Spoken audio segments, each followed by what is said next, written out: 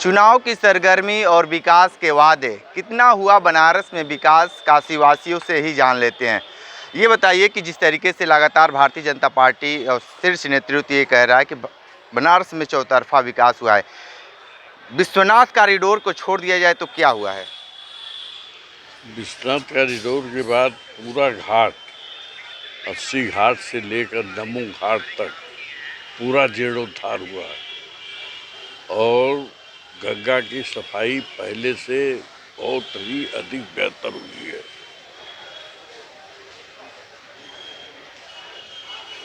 रुद्राक्ष जो बना है सेंटर है ना, वो एक यहाँ के लिए बहुत नायाब है और बहुत आवश्यक था। बहुत से बड़े कार्यक्रम जो होते थे उसके लिए हमारे यहाँ कोई जगह नहीं थी।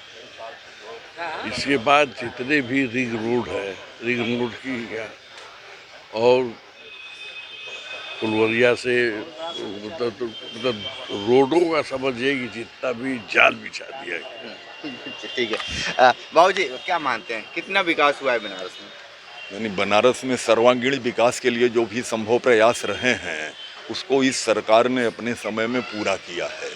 अब उसका लाभ कितना लोगों को मिला है ये तो आम जनता आने वाले दिनों में अपना बताएगी। और आप भी आम ही जनता है, आप कोई वो नहीं है, लेकिन हम ये जानना चाहते हैं कि बनारस में कितना ये मोदी सरकार ने कितना, क्योंकि ये बनारस के सांसद हैं। हाँ नहीं, तो बनारस में जो भी संभव प्रयास रहा है, चाहे हवाई अड्डे की सड़क हो, चाहे रिंग रोड हो, चाहे जल परिवहन हो, चाहे कॉरिडोर की बात हो, चाहे आने वाले दिनों में और भी इनके कार्यक्रम बहुत हैं, चाहे यहाँ कैंसर इंस्टीट्यूट की बात हो, विकास के नाम पर तो लोगों को मिला है। अब उसकी लागत और उसके लाभ में जो अंतर हो वो तो अलग विषय है, पर यह है कि लाभ यहाँ पर जहाँ पहले 50 साल में शून्य की स्थिति थी, तहाँ उसमें इस बार इस सांसद के महोदय के द्वारा विकास का जरूर ज़्यादा प्रभाव पड़ा है। और भी लोग हैं, थोड़ा सा क्या लगता है कि बनारस में विकास हुआ है? हुआ है, सांसद ये हुआ है, बहुत हुआ है। इतना हुआ कि पहले इतना था नहीं, छोटी छोटी गलियां थी जिससे कि आज चौड़ीकरण हो गए हैं, रोड इतने बढ़ गए हैं, आने जाने में इतनी सुविधा हो गई है कि उसको पूछिए मत, उसको बताने की आवश्यकता नहीं है। लोग जनता देख रही है। व्यंग बोल रहे हैं कि सच्चाई का नहीं, ये सच्चाई है, ये व्यंग्यात्मक भाषा नहीं है। ये एकदम 100% ये सच्चाई है। स्माइल तो बता रहे कि कुछ व्यंग ही टाइप के, ये व्यंग्यात्मक है ही नहीं है। और भी लोग हैं, थोड़ा सा और भी भाई लोग हैं। भाई साहब क्या मानते हैं, बनारस में कितना विकास? विकास तो हुआ है, खाली स्वास्थ्य और सुरक्षा पे थोड़ा सा काम और करना चाहिए हमारे सांसद जी को। इस मामले पे फेल है? नहीं, फेल नहीं है। मतलब विकास और शिक्षा आगे चल के हम लोग को विकास की उन्नति बनती है। विकास तो हुई है चारों तरफ। विश्वनाथ कॉरिडोर छोड़कर क्या मानते हैं? नहीं, 80 से लेकर नमो घाट तक पूरी विकास हुई है। जहाँ नमो घाट पे कोई जाता नहीं था। नमो घाट की जो बातें कर रहे हैं वो तो प्राइवेट कंपनी ने उसको अपने टेंडर ले रखा है। आप एक मूंगफली या एक चाय अपने खुद से आप वहाँ पे बेच नहीं सकते हैं। जो पहले के घाट है वहाँ पे तो बेच सकते हैं। जी। लेकिन वहाँ पे तो आपको नहीं, कॉरिडोर भी बने हुए हैं और विकास भी हुए हैं, चारों तरफ रोड चौड़ीकरण हुए हैं। आप ये बताइए, प्राइवेट घाट को आपका बार बार कह रहे हैं, आप लोग जिक्र कर रहे हैं कि काशीवासियों को मिला, तो जो घाट प्राइवेट हो जाएगा तो फिर आदमी कहाँ जाएगा? नहीं, प्राइवेट नहीं होना है, मतलब वो विकास के तौर पे देखा जा रहा है कि विकास कितनी उन्नति मतलब प्राइवेट घाट को आप विकास मानेंगे? नहीं, प्राइवेट को विकास नहीं मानेंगे। अभी तो फिलहाल जो ही सामने है उसको तो विकास की। आओ जी, बनारस में कितना विकास हुआ है? नहीं, हम पहले हम प्रतापगढ़ के रहने वाले हैं। हमको पहले आवास चाहिए रहने के लिए, हमारे पास कुछ है नहीं। अच्छा, यहाँ क्या करने आए हैं? अब ऐसे घूमने आए हैं, भाई भौजाई लोग कब्जा कर बैठे हैं, कहाँ जाए, कहाँ रहे। अच्छा, बट मांगते खाते हैं, स्टेशन पर सोते हैं। आज 40 साल का दिन हो गया। तो बनारस में ही भ्रमण करते हैं क्या? नहीं तो भ्रमण तो हर जगह करते हैं, क्या करें, मजबूरी का नाम महात्मा गांधी है। अच्छा, मजबूरी का नाम महात्मा गांधी। ठीक है, और भी लोग हैं, थोड़ा सा उनसे भी बात कर लेते हैं। किस तरह से क्या मानते हैं, बनारस में कितना विकास हुआ है? विकास तो बहुत हुआ है। आप यहाँ से चलिए एयरपोर्ट से, लाल बहादुर शास्त्री एयरपोर्ट से बनारस आइए, पूरा उन्हीं का बनवाया हुआ है, इतना भी हाईवे है।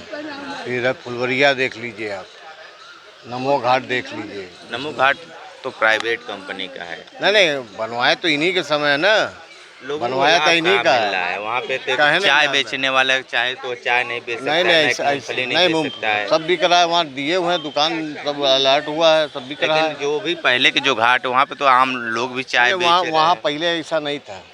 अब जो है वो पहले नहीं था, पहले तो एकदम काली मट्टी मट्टी से पड़ा हुआ था। अब जाके उसका विकास हुआ है।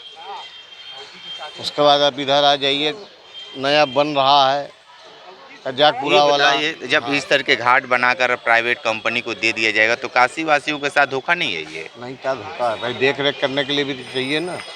तो उसका देख रेख इस तरीके से जैसे 84 घाट है सबको अगर प्राइवेट कंपनी के हाथों दे दिया जाएगा तो आपको लगता है कि काशीवासी कहाँ के उसमें आएंगे? हमारा क्या नुकसान है? अगर वो दे रहे, देख रेख उसका बढ़िया से हो रहा है, अगर हम बनवा दिए उसका देख ही रेख ना हो तो फायदा क्या है?